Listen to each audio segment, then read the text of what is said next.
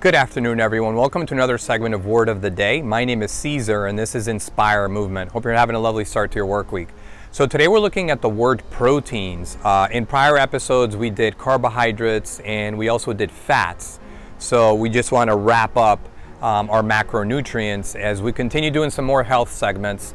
Before I really get started, myself, I just was able to complete the Certified Personal Trainer examination, which I'm really happy to offer as another sort of service offering to my coaching clients. So let's dive into the word proteins. So proteins are essentially large biomolecules and macromolecules that are comprised of one or more long-chain amino acid residues. They're considered the essential building blocks of life, and the reason why they are, human bodies have eukaryotic cells, they have nuclei, and every single cell in your body contains some form of protein. Why are proteins so important? Because the body requires protein in order to repair cells and also to create new cells. In addition to that, proteins are a key element of growth and development in children, in teenagers or adolescents, and also in pregnant women. So there's a whole host of different reasons why proteins are so important. Now, as far as like weight resistance training, weight training or resistance training, why are proteins so incredibly important? Well, you require them to repair muscle damage. Every time that you do resistance training, as we've mentioned before, you're doing some form of muscle damage, and you require proteins in order to repair them. And as we dive in a little bit deeper into protein intake, the timing of protein becomes really critical if you want to achieve some form of muscle growth.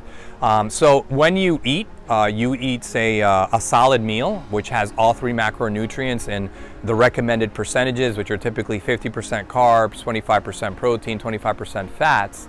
That takes about 2 hours to digest, so about 120 minutes. So you won't have access to the protein that you took in for another 2 hours.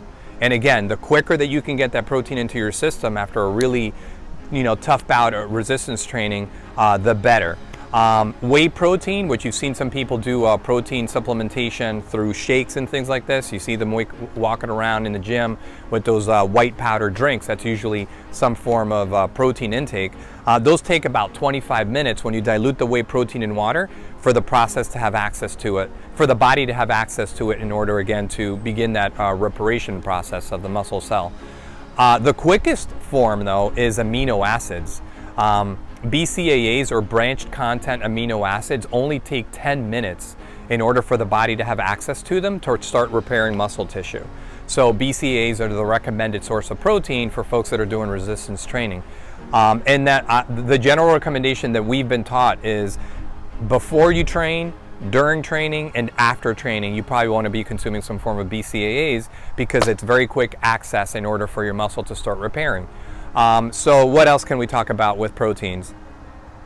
If we break down the muscle belly, which if you look at my biceps, say the biceps brachii, what is that composed of as we arrive at where the protein actually lies? Well, the muscle belly is composed of motor units. Motor units are these bundle of muscle fibers, and there's 3 motor units that we can look at.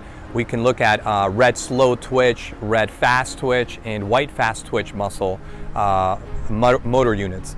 Those motor units are comprised of muscle fibers, which in turn are comprised of myofibrils, which are comprised of myofilaments or protein filaments, actin and myocin. And it's those 2 protein filaments, actin and myocin, that are responsible for you to actually contract a muscle.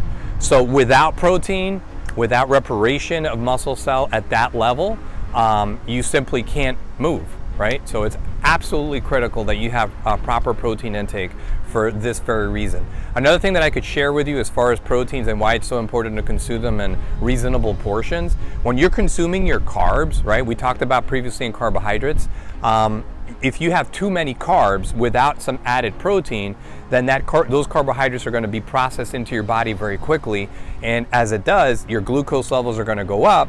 Pancreas is going to start releasing insulin in order to bring that blood sugar back into some form of equilibrium or homeostasis, and that's a lot of insulin into the body.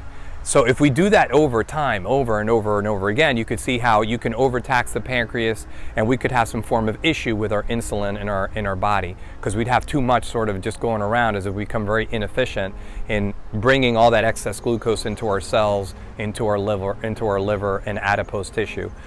So with that being said, whenever you eat carbohydrates, don't have them by themselves. Have them with some form of protein. That would be the recommendation from me, at least from the things that I've been learning of late. So if you have your mashed potatoes, have a piece of salmon with it, or maybe a piece of chicken, just to slow down the absorption of sugar into the bloodstream. That alone is going to help you be healthier in the long run. Of course, don't forget about your reasonable portions of fats, because a solid meal does include all 3 macronutrients. Thank you so much. A little bit different on this one, possibly with the more nutritional component. Hope that you enjoy these segments. If there's anything that you want us to look at, whether it be on nutrition, health, resistance training, or physical fitness, maybe some mindfulness and meditative techniques, or general life coaching, please tune in to www.inspiremovement.com. This is done with a lot of love and respect for you. Thank you so much, and have a blessed rest of the week.